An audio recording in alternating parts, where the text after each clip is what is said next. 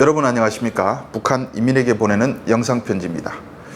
지금쯤 김정은의 9월 9일 연설을 학습하느라 모두들 머리를 싸매고 있겠네요. 김씨 일가 3대째 연설은 셀 수 없이 많이 했고 학습도 쉴 새 없이 했습니다. 그런데 북한이 달라졌습니까?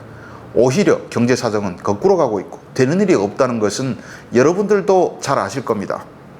이번 연설에서 저는 김정은이 말한 지방의 낙후성을 털어버리기 위한 사업이 70여 년, 근 80년에 달하는 기간 해내지 못했던 사업이라는 고백이 눈에 들어왔습니다. 바로 그겁니다. 혁명을 80년 동안 했다는데 지방은 왜 그리 낙후돼 있을까요? 예전에는 지방 발전 정책을 펴지 않았을까요? 지방을 발전시키겠다고 엄청 하는 척은 다 했습니다. 대표적 사례를 들겠습니다.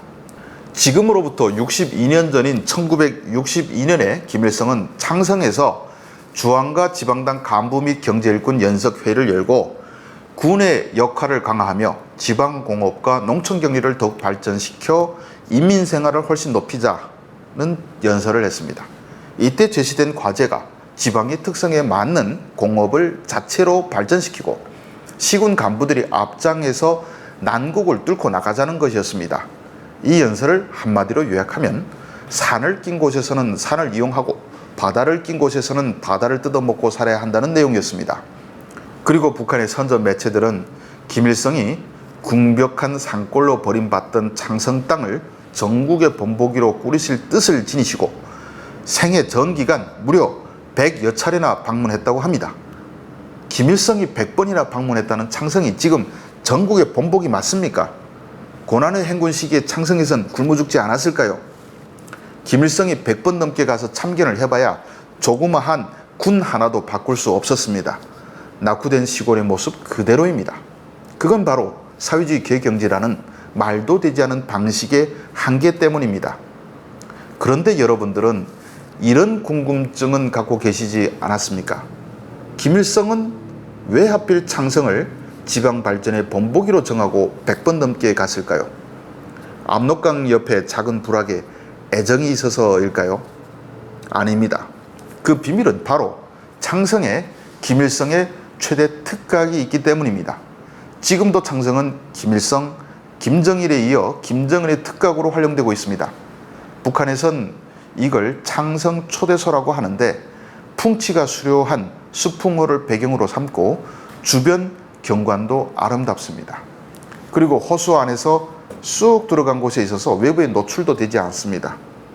창성 초대소가 북한 초대소 중에 최대 규모라고 하는 것은 이곳에 무려 3,000명의 974 부대원들이 경비를 서고 있기 때문입니다.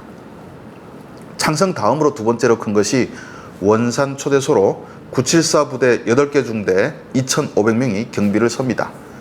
김씨 일가의 향락을 위해 수천 명의 출신 성분 좋은 젊은이들이 외부인 구경도 못한 채 10년을 심신삼골에서 허비하고 있습니다. 이걸 제가 잘 아는 이유는 창성 초대소에서 13년 근무 중 무려 9년을 근무한 전 974 부대원이 탈북해 서울에 왔기 때문입니다. 그가 근무했던 시기가 1994년부터 2003년 사이였는데 그동안 김정일과 그의 첩인 김옥을 셀 수 없이 많이 봤다고 합니다. 김정은의 모친은 고영이지만 고영이는 원산에 박아두고 김정일은 김옥과는 창성에서 놀았죠. 경비병이야 김정일의 팔짱을 끼고 늘 다니는 김옥이 정식 부인인 줄 알 수밖에 없는 겁니다. 창성초대소는 건물이 10호동까지 있었는데 중간에 센터 건물이 있고 그 외 본각이 따로 있습니다. 김정일이 센터에서 연회를 하는 동안 김정일의 가족은 그런 행사에 관여하지 못하게 본각에서 머물게 했다고 합니다. 정세가 긴장되면 김정일은 가족을 데리고 무조건 창성에 왔습니다. 유사시 압록강을 건너 중국으로 도주하기 용이하기 때문입니다. 김일성이 창성에 초대소를 만들어 놓은 이유가 바로 전쟁이 터지면 제일 먼저 도망쳐서 여기 와 있다가 여차하면 중국에 가기 위해서였습니다. 그리고 맨날 창성에 놀러 올 때마다 주변을 한번 들려본 것이 북한이 말하는 역사적 창성 방문입니다. 이 전직 974 부대원은 김정일 시기만 근무했으니 예전 내용은 몰랐지만 고난 행군 시기 김정일이 이곳에 자주 와서 새벽 2시까지 연애를 벌인 것은 수없이 많이 봤습니다. 안에서 질탕치며 놀다가 김정일이 바람 쐬려 나오면 수십 명의 간부들도 따라 나오는데 골짜기라 김정일이 담배를 피우며 야 아무개 노래 잘하더라, 아무개 춤 잘 추더라 하는 말소리가 보초병들에게도 잘 들렸다고 합니다. 새벽에 연애가 끝나도 김정일은 8시, 9시 사이에 일어나서 마당에 나와 확성기를 들고 사방에 대고 야 너네 아직도 자냐? 빨리 나와서 운동해라 고 소리쳤는데 정작 김정일은 산책밖에 하지 않았다고 합니다. 창성은 추운 지역이고 눈도 많이 오는데 눈이 오면 부대원은 무조건 나와 살 얼음이 지지 않게 끝도 없이 눈을 쳐야 합니다. 그런데 눈이 내리면 젊은 여성들이 특각 건물을 해서 우르르 나와 눈싸움을 하곤 했답니다. 이들은 TV에서 보던 보천보 왕지산 악단 가수도 있고 모르는 여인들도 있었는데 모두 미모가 뛰어났다고 합니다. 가끔 김정일도 여인들과 함께 마당에 같이 나와 눈싸움도 하며 놀기도 했는데 이럴 때는 경비병들이 보지 못하게 뒤로 철수시킵니다. 그래도 장군님 장군님 하며 아양을 떠는 여인들의 목소리는 보초 서는 곳까지 잘 들렸다고 합니다. 김정일 특각마다 옷가로 뽑힌 여성 관리인들도 많이 있었는데 이들 역시 미모가 출중한 젊은 여성들이었습니다. 여성 관리원은 5년만 근무하면 대위 계급을 주었는데 이들 중 김정일의 눈에 들면 관리원을 그만두고 기쁨조로 옮겨갑니다. 옛날 왕들은 이런 것을 두고 성운을 입었다고 표현했죠. 여름이면 김정일과 가족은 수풍호에 수상스키를 띄워놓고 노는데 김정은이 수상스키로 번개 같은 속도를 내서 외국인을 이겼다는 위대성 선전 내용이 바로 이곳에서 벌어진 일일 겁니다. 이겼는지는 몰라도 창성특각에서 1년 넘게 머무는 외국인들도 여럿이 있다고 합니다. 백인도 있고 흑인도 있었는데 이들에겐 옷가에서 선발에 붙여준 미모의 젊은 북한 여성이 붙어 있었다고 합니다. 밖에 나가 북한을 선전하라고 특혜를 주는 것이겠죠. 여러분들이 고난의 행군으로 굶어 죽어갈 때 김정일은 이렇게 놀았습니다. 그리곤 쪽잠에 죄기밥을 먹으며 인민을 위한 강행군을 이어갔다고 거짓말만 합니다. 쪽잠에 죄기밥만 먹으면 배가 그리 나오지도 않습니다.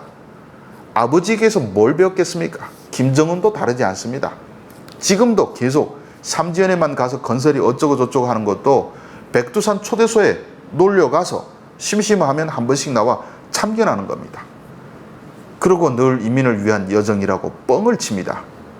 이런 김실가가 인민을 위해서 헌신을 한다고요. 여러분, 이번에 김정은이 제시한 과제는 62년 전 창성 연석회의 때의 과제와 별반 다르지 않습니다. 10년 안에 지방의 특수성을 반영한 공장 200개를 세우겠다고 하는데 이건 60년 넘게 우려먹은 수법의 반복입니다. 그 공장들을 10년 안에 건설할지는 모르겠지만 어쨌든 그 10년 동안 여러분들은 참으면 좋은 날이 올 거라고 세뇌되고 있을 겁니다. 그 10년 동안 김정은은 어리석은 인민의 고열을 짜내 호화로운 특각에서 아무 걱정 없이 부화방탕한 향락을 누릴 겁니다. 10년 뒤면 또 어떻겠습니까? 또 새로운 과제를 내걸고 이것만 달성하면 잘 사는 날이 올 것이라고 거짓말을 하겠죠. 이 짓을 80년이나 반복해온 것이 바로 김실가입니다. 이런 수법에 또 당하면 당한 사람이 바보일 뿐입니다. 시청해 주셔서 감사합니다.